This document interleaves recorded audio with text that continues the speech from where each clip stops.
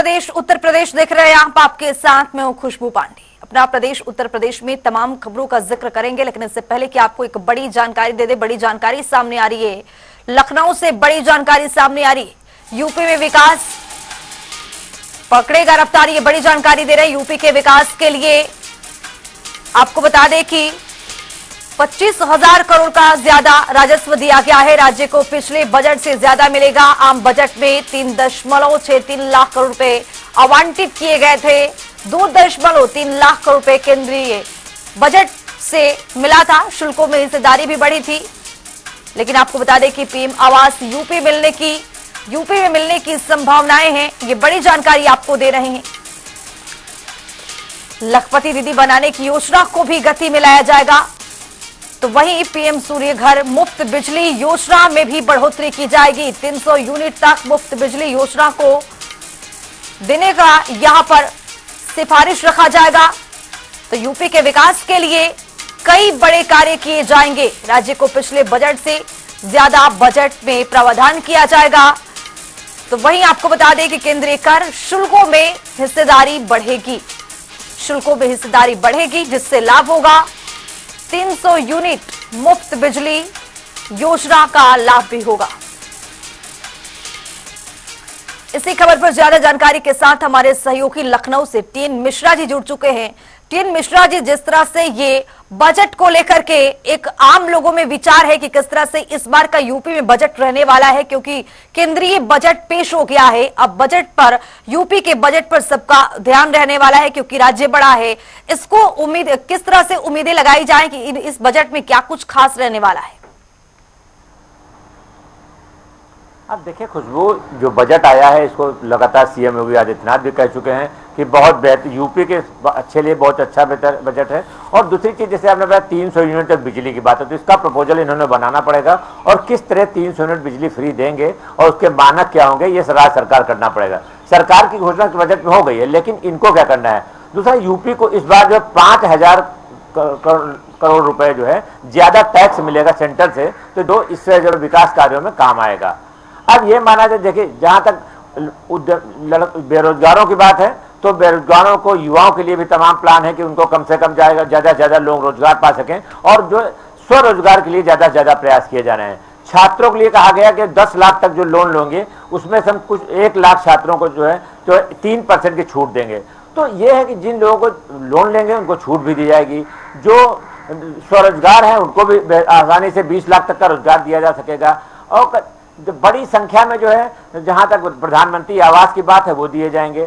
तो यूपी के लिए तो बहुत अच्छी बात है। बड़ा प्रदेश है तो इसको बड़ी चीज मिलनी चाहिए और इसका ज्यादातर बड़ी हिस्सेदारी भी है। तो यूपी की जितनी बड़ी हिस्सेदारी है उतना इसका जो है फायदा होना और ये लोगों को फायदा मिलेगा भी। और सबसे बड़ी चीज यूपी में है कि अब देखिए सोलर पैनल और जो है मोबाइल सस्ते हो जाने से भी लोगों को राहत मिलेगी। क्यों, ये बड़ी बात भाई, सोलर पैनल बहुत जो है यूपी में चल रहा है और प्रधानमंत्री की जो घर घर बिजली सौर ऊर्जा जो बात चल रही है, तो इसको लेकर के यूपी सबसे आगे है कि यूपी में लगातार जो है सौर ऊर्जा का काम चल रहा है और सोलर पैनल सस्ते होने से लोग ज्यादा सौर ऊर्जा का काम करेंगे और सोलर पैनल लगवा सकेंगे। मोबाइल सस्ते होने से थोड़ा लोगों को राहत मिली है कि मोबाइल वाले पहले से कह रहे थे टैक्स कम किया जाए। ये जनता टीवी ने पहले कवर भी किया था व्यापारियों के बाद, तो इससे थोड़ी लोगों को राहत मिलेगी। मोबाइल सस्ते होंगे, जूते सस्ते होंगे और तमाम ऐसी चीजें सस्ती की जाएं जो आम उपभोक्ता की चीजें हैं। तो लेकिन लखनऊ से कानपुर के बीच जो है वंदे मेट्रो चलने की बात चल रही है। ये ट्रेन अगर चली तो कानपुर का सफर करीब 1 घंटे में पूरा हो जाएगा। अभी सड़क से करीब 2 घंटे, 2.25 घंटे लोग लग रहे हैं। अगर जाम में फंस गए तो 3-4 घंटे भी पहुंच जाते हैं। तो ये माना है वंदे मेट्रो अगर चल गई तो लखनऊ से कानपुर का सफर बहुत आसान होगा और लोगों का आवागमन बहुत आसान होगा। इसके लिए रेलवे प्रयास कर रहा है, लेकिन इसकी सबसे बड़ी बात इसमें यह है कि जब तक ट्रैक जो है बैरिकेड नहीं हो जाएगा तब तक ये योजना नहीं लागू हो पाएगी। और रेलवे है, सेफ्टी का पैसा खर्चा कर रहा है, लोगों को ज्यादा जब ताबड़तोड़ दुर्घटनाएं बढ़ी हैं तो उसके लिए भी चिंता हुई है कि हाँ कहीं ना कहीं इसका पैसा दिया जाए। तो ये स्थितियां हैं पूरे यूपी में जो बजट से, इससे लोगों को राहत मिलने की उम्मीद है। जी टीएन मिश्रा जी, जिस तरह से आप जानकारी दे रहे थे कि जितनी भी ये आम बजट में जितना कुछ पास किया गया है, जैसे रोजगार की बात कर ले, बिजली की बात कर ले, तमाम चीजें हैं, उस सबका फायदा यूपी में पहुंचेगा। लेकिन कल अखिलेश यादव की ओर से एक बयान सामने आया है कि लोक लुभावन, भेदभाव, तमाम चीजों का यहाँ पर जिक्र किया गया कि जो बजट है वो किसी तरह का कोई लाभ, यूपी इतना बड़ा स्टेट है उसको कुछ भी नहीं मिला है। इस पर आपका प्रतिक्रिया? हाँ, देखिए देखिए सीधी सी बात है, विपक्ष है तो उसका काम जो है सत्ता पक्ष के खिलाफ बोलना है और उसको उनकी नीतियों का खंडन करना है। तो जो बजट हुआ, देखिए ये हम भी मानते हैं, अखिलेश यादव भी सही करें कि किसानों के लिए जितनी उम्मीद थी उतना कुछ नहीं हुआ। उनका कहना कि जो किसानों को बिजली माफ करने की बात थी वो उतना नहीं काम हुआ है। तो अखिलेश यादव का अपने तर्क है, उनका कहना है जो यूपी का जो है गरीब का विकास नहीं हो रहा है, स्टूडेंट को जिस तरह छूट मिलनी चाहिए नहीं मिल रही है। तो ये तो एक तरफ कुछ फायदे हैं, दूसरी तरफ विपक्ष सवाल जो उठा रहा हो सही भी है। अब देखिए इनकम टैक्स की बात बहुत अरसे से भाजपा जब से सत्ता में नहीं थी तब से कर रही थी। अब इस बार जो स्टैंडर्ड कटौती 50,000 से बढ़ा के 75,000 की गई है, तो थोड़ा जो है ये नौकरी पेशा के लिए भी मरहम लगाने का काम किया गया है। और ये माना जा रहा है जो लोकसभा में थोड़ा बीजेपी की स्थिति खराब हुई है तो उसको लेकर के जो चुनाव से थोड़ा सीख भी ली गई है। ये माना जा रहा है कि बजट को लेकर के जो ये लोगों को इनकम टैक्स में छूट नहीं मिल रही है, इससे समस्या हुई है। थोड़ा टैक्स स्लैब बढ़ाया, थोड़ा रिसफल किया, तो इसे माना जा रहा है कि करीब जो है कि 15,000 से लेकर 75,000 तक का फायदा लोगों को टैक्स में मिलेगा। तो ये जो है आज नौकरी पेशा इससे थोड़ा उत्साहित है और थोड़ा शेयर मार्केट थोड़ा उथल पुथल मची है, लेकिन ये माना जा रहा है देर सवेरे भी सुधरेगी। और जो स्थिति अखिलेश यादव कह रहे हैं तो उतनी तो खराब नहीं है, लेकिन सरकार पैसा दे भी रही है और पैसा जितना, देखिए उम्मीदें तो सबको बहुत ज्यादा रहती हैं, तो उस हिसाब से उम्मीदें पूरी नहीं हुई हैं, लेकिन फिर भी है कि जो उम्मीद हल्की थोड़ी थी उससे बेहतर हुआ है, ये माना जा रहा है। कुल मिलाकर ये कह ले कि लोग निराश नहीं है। टीएन मिश्रा जी, एक चीज और आपसे जानना चाहेंगे कि जिस तरह से उत्तर प्रदेश में आपने देखा है कि कुछ पिछले दिनों से बहुत कुछ घटा है, संगठन सरकार में तालमेल की कमी नजर आई है, बीजेपी की ओर से बजट पेश हुआ है और उत्तर प्रदेश में भी बजट पेश होने वाला है। क्या इसको लेकर जो विपक्ष है वो एक बड़ा मुद्दा सदन में बनाएगा? देखिए विपक्ष तो सद्दा मुद्दा बनाएगा, क्योंकि देखिए सीधी बात है कि यूपी के बजट पर राज्यपाल के अभिभाषण के बाद जो चर्चा होगी तो उसके बाद जब बजट सरकार लाएगी तो चर्चा तो होगी, लेकिन अब इससे थोड़ा सरकार के बजट को लाने में आसानी होगी कि केंद्र से उसको सपोर्ट थोड़ा मिल गया है। तो अगर उसकी 5,000 करोड़ की भागीदारी बढ़ी है केंद्र में टैक्स से, तो उस पैसा का उपयोग जो है सरकार करेगी अपनी जनता के लिए। तो उसको जो है अब वित्त मंत्री सुरेश खन्ना के लिए अच्छा हो गया है कि अपने बजट में 5,000 करोड़ के ज्यादा प्रस्ताव ला सकेंगे कि आम जनता को उससे फायदा मिले। तो लेकिन अब जहां विपक्ष की बात है वो लाएगा, क्योंकि विपक्ष की तमाम मांगे हैं, तो वो मांगे पूरी तरह से पूरी नहीं। किसी नहीं, एमएसपी को लेकर के विपक्ष लगातार हमलावर है, विपक्ष लगातार कर किसानों को राहत नहीं दे रहे। अखिलेश यादव पहले दिन क्या होगा कि सपा किसानों के मुद्दों पर प्रदर्शन जरूर करेगी। तो ये स्थिति जरूर है कि इसको लेकर के अच्छा सरकार और जहां संगठन की बात है इसको लेकर के जो खींचतान चल रही है, इसको भी 27 तारीख को इसका समावेश हो जाए कि प्रधानमंत्री दिल्ली में बैठक जब होगी तो माना जा रहा है कि शायद जो दोनों डिप्टी सीएम और मुख्यमंत्री और साथ में जो है भाजपा अध्यक्ष भूपेंद्र चौधरी और भाजपा महासचिव के साथ बैठक करेंगे और ये जो आपसी खींचतान है इसको खत्म करने की कोशिश करेंगे। इस मामले में पीएम अगुवाई करना चाहते हैं, ऐसा भाजपा सूत्र कह रहे हैं। तो ये माना जाए कि इनके जो है बजट सत्र से पहले 29 तारीख से ये खींचतान खत्म हो जाएगी, तो थोड़ा योगी को काम करना आसान हो जाएगा और उनकी ही पार्टी में जो आपस में कलह मची है वो भी खत्म हो जाएगी। टीएन मिश्रा जी, उत्तर प्रदेश में कौन से ऐसे मुद्दे हैं, कौन कौन से ऐसे मुद्दे हैं जिसको लेकर सरकार भी चाहेगी कि इस बजट में ज्यादा प्रावधान किया जाए, ज्यादा लाभ दिया जाए, और कौन से ऐसे मुद्दे हैं जिस पर विपक्ष काफी हमलावर होगा, क्योंकि आप उत्तर प्रदेश में आप जमीनी स्तर पर जाते हैं, लोगों की राय को आप समझते हैं? देखिए यूपी में पूजा सबसे बड़ी बात क्या, बेरोजगारी बहुत है।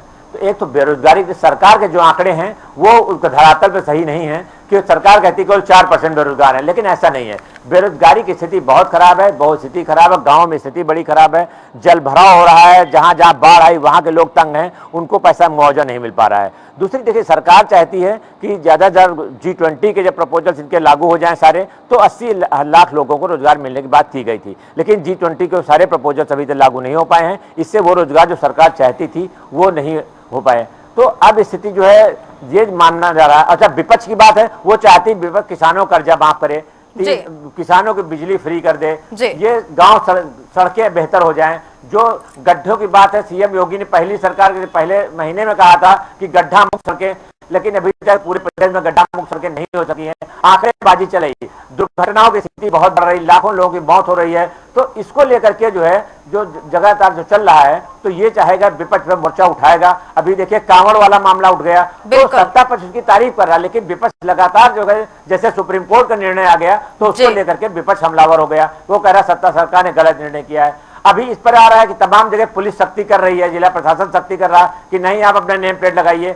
सुप्रीम कोर्ट कहने से क्या होता। तो तमाम चीजें खुल के सामने आ रही है जिनका विपक्ष विरोध करेगा और सत्ता पक्ष उनका जो है समर्थन करेगा। बहुत शुक्रिया टीएन मिश्रा जी तमाम जानकारी साझा करने के लिए। तो आपको बता दें कि जिस तरह से केंद्र में बजट पेश हुआ है उसी तरह से आपको बता दें कि उत्तर प्रदेश में भी बड़े राज्य में बजट पेश होगा और इसी को लेकर लगातार विपक्ष की ओर से, सत्ता पक्ष की ओर से तमाम एक दूसरे पर आरोप लगाए जा रहे हैं, मुद्दों का बौछार किया जा रहा है। बुलेटिन में आगे बढ़ेंगे, एक और बड़ी जानकारी सामने आ रही है, उससे भी आपको रूबरू कराएंगे। लखनऊ से बड़ी जानकारी मिल रही है। चुनाव के बाद पहला सत्र का आगाज होगा 29 जुलाई से। सहयोगी दलों के तेवर से भाजपा में बेचैनी है। नौकरियों में आरक्षण समेत कई मुद्दों पर विपक्ष घेरता हुआ नजर आएगा। प्रशासनिक अधिकारियों की मनमानी का भी आरोप है। विपक्ष के साथ बीजेपी के सहयोगी भी आरोप लगा रहे हैं। पिछले दिनों जैसा कि आपने देखा कि सरकार और संगठन को लेकर के तमाम तरीके के मुद्दे उठे थे, विपक्ष लगातार इसको लेकर के भी हमलावर था। नेम प्लेट का मुद्दा भी सामने आया है। जिस तरह से सुप्रीम कोर्ट ने हस्तक्षेप किया है, सुप्रीम कोर्ट की ओर से कहा गया है कि ये जो नेम प्लेट का पूरा मामला है वो ये पूरा मामला बिल्कुल गलत है। किसी के नाम की वजह से पटरी पर जो जिस तरह से नाम नेम प्लेट लगाया जा रहा था उस पर सुप्रीम कोर्ट ने कड़ी आपत्ति जाहिर की थी।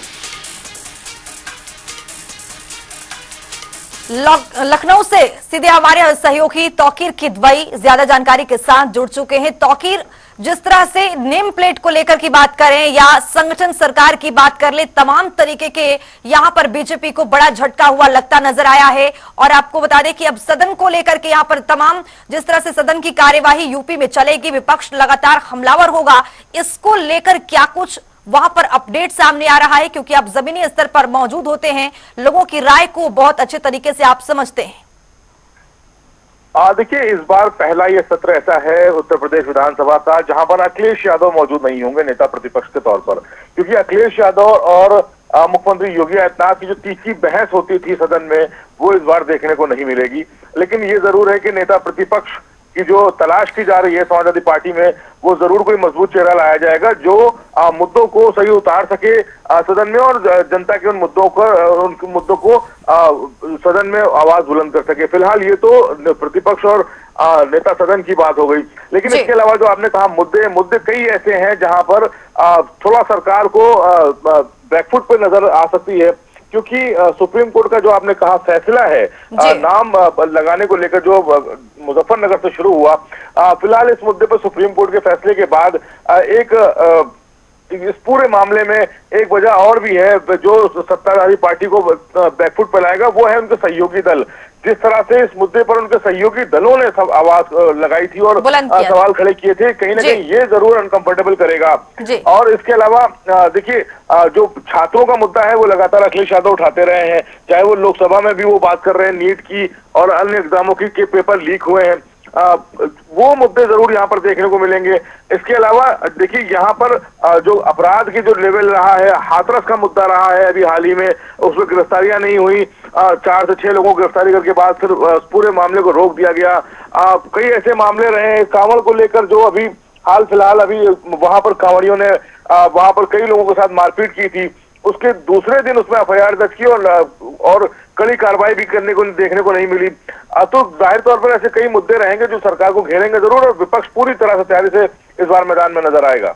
बहुत शुक्रिया तौकीर किदवई तमाम जानकारी साझा करने के लिए। तो सहयोगी दलों के तेवर से बीजेपी में पूरी तरह से बेचैनी है। कई मुद्दों पर विपक्ष घेर सकता है सदन में। नौकरियों में आरक्षण समेत कई ऐसे मुद्दे हैं विपक्ष के साथ जो सदन में देखने को मिलेगा। आपको बता दें कि सपा के प्रमुख अखिलेश यादव लोकसभा के चुनाव जीत चुके हैं। सांसद के तौर पर वो सदन में जाते हैं, लेकिन आपको बता दें कि यूपी के सदन में वो देखने के लिए नहीं मिलेंगे क्योंकि नेता प्रतिपक्ष इस बार कोई और होगा। देखने वाली बात यह होगी कि सदन में किस तरह से मुद्दे को उठाए जाते हैं, क्योंकि जो सरकार संगठन के बीच की बात है वो भी तालमेल नहीं देखा गया है। चाहे तमाम तरीके के मुद्दे हैं उसमें भी योगी सरकार बिल्कुल पूरी तरह से यहां पर फेल होती हुई नजर आई है।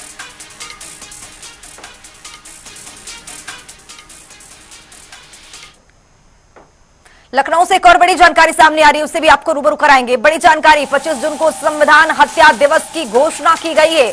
हाईकोर्ट में केंद्र सरकार की अधिसूचना को चुनौती दे दी गई है। हाईकोर्ट ने केंद्र से 7 दिन में जानकारी मांगी है। संतोष कुमार दोहरे ने ये याचिका दाखिल की है। अधिसूचना को असंवैधानिक घोषित करने की ये बड़ी मांग उठाई गई है। तो ये बड़ी जानकारी आपको दे रहे हैं। 25 जून को संविधान हत्या दिवस की घोषणा की गई है। हाईकोर्ट में इसको चुनौती दे डाली गई है। आपको बता दें कि हाईकोर्ट ने केंद्र से 7 दिन में ही जवाब मांग लिया है। संतोष कुमार दोहरे ने ये जनहित में याचिका दाखिल की है।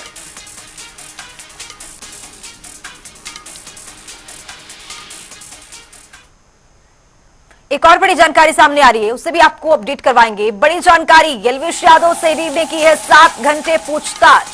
कोबरा कांड में पूछताछ की गई है। महंगी गाड़ियों, यूट्यूब से कमाई पर भी कई बड़े गंभीर सवाल हुए हैं। एलवीश यादव से सांप की सप्लाई पर खुद को बेगुनाह बताया है। पीपुल्स फॉर एनिमल्स संस्था ने ये केस दर्ज कराया है। एलवीश यादव समेत 6 लोगों के खिलाफ नोएडा में एफआईआर दर्ज हुई है। संगठित गिरोह बनाकर रेव पार्टियों में उपलब्ध कराने का ये गंभीर आरोप लगा है एलवीश यादव पर। कोबरा कांड में पूछताछ चल रही है, पूछताछ की गई है, कई बड़े गंभीर सवाल भी पूछे गए हैं।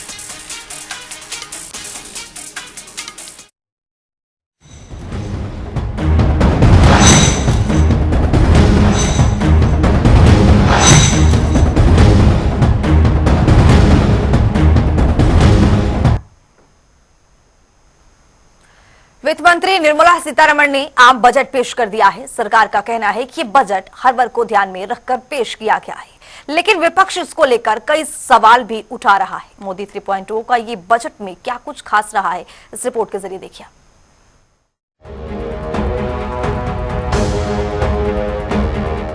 मोदी सरकार के तीसरे कार्यकाल का पहला बजट पेश हो चुका है।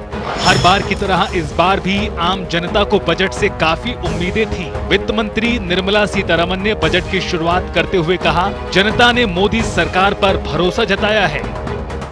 आम बजट 2024-25 पर नजर डालें तो इस बार के बजट को बैलेंस्ड बजट के तौर पर देखा जा रहा है।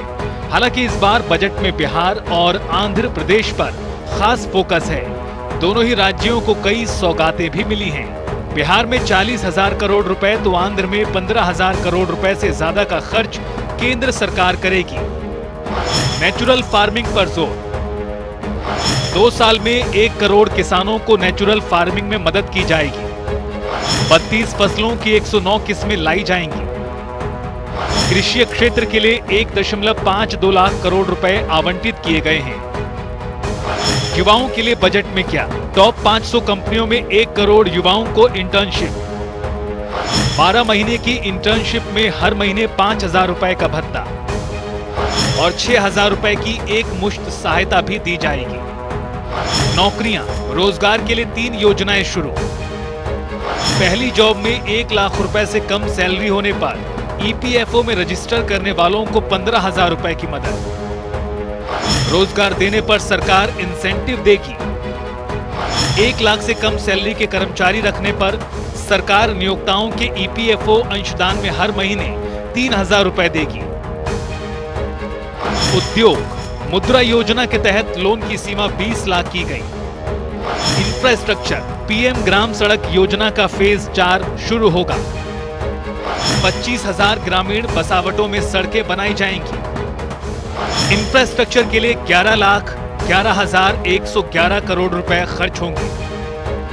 हेल्थ, कैंसर की 3 और दवाओं को कस्टम ड्यूटी फ्री किया गया। कैंसर की दवाएं सस्ती होंगी। इनकम टैक्स, नई टैक्स रिजीम में 3 लाख रुपए तक की आय पर कोई टैक्स नहीं। 3 से 7 लाख पर 5%, 7 से 10 लाख पर 10%, 10 से 12 लाख की आय पर 15% टैक्स, 12 से 15 लाख पर 20% टैक्स, 15 लाख से ज्यादा की सालाना कमाई पर 30% टैक्स और स्टैंडर्ड डिडक्शन की लिमिट 75,000 रुपए की गई। तो वहीं बजट पेश होने के बाद पीएम नरेंद्र मोदी ने कहा कि यह बजट देश को विकास की नई ऊंचाई पर ले जाएगा। इसके जरिए सरकार का लक्ष्य रोजगार और स्वरोजगार के अवसर को बढ़ाना है। देश को विकास की नई ऊंचाई पर ले जाने वाले इस महत्वपूर्ण बजट के लिए मैं सभी देशवासियों को बधाई देता हूं। ये बजट समाज के हर वर्ग को शक्ति देने वाला बजट है। साथियों, रोजगार और स्वरोजगार के अभूतपूर्व अवसर बढ़ा, ये हमारी सरकार की पहचान रही है। आज का बजट इसे और सुदृढ़ करता है। देश और दुनिया ने पीएलआई स्कीम की सफलता देखी है। अब इस बजट में सरकार ने एम्प्लॉयमेंट लिंक्ड इंसेंटिव स्कीम की घोषणा की है। साथियों, हम सब लोग मिलकर भारत को ग्लोबल मैन्युफैक्चरिंग हब बनाएंगे। देश का एमएसएमई सेक्टर मध्यम वर्ग से जुड़ा हुआ है। एक प्रकार से एमएसएमई सेक्टर की ओनरशिप मध्यम वर्ग है। आम बजट 2024-25 का बजट पेश होने के बाद ही सियासी गलियारों से भी कई तरह की प्रतिक्रियाएं सामने आ रही हैं। एक तरफ सत्ता पक्ष बजट को देश के विकास में मील का पत्थर बता रहा है, तो वहीं विपक्ष का कहना है कि यह बजट सिर्फ सरकार को बचाने वाला बजट है। न्यूज डेस्क, जनता टीवी।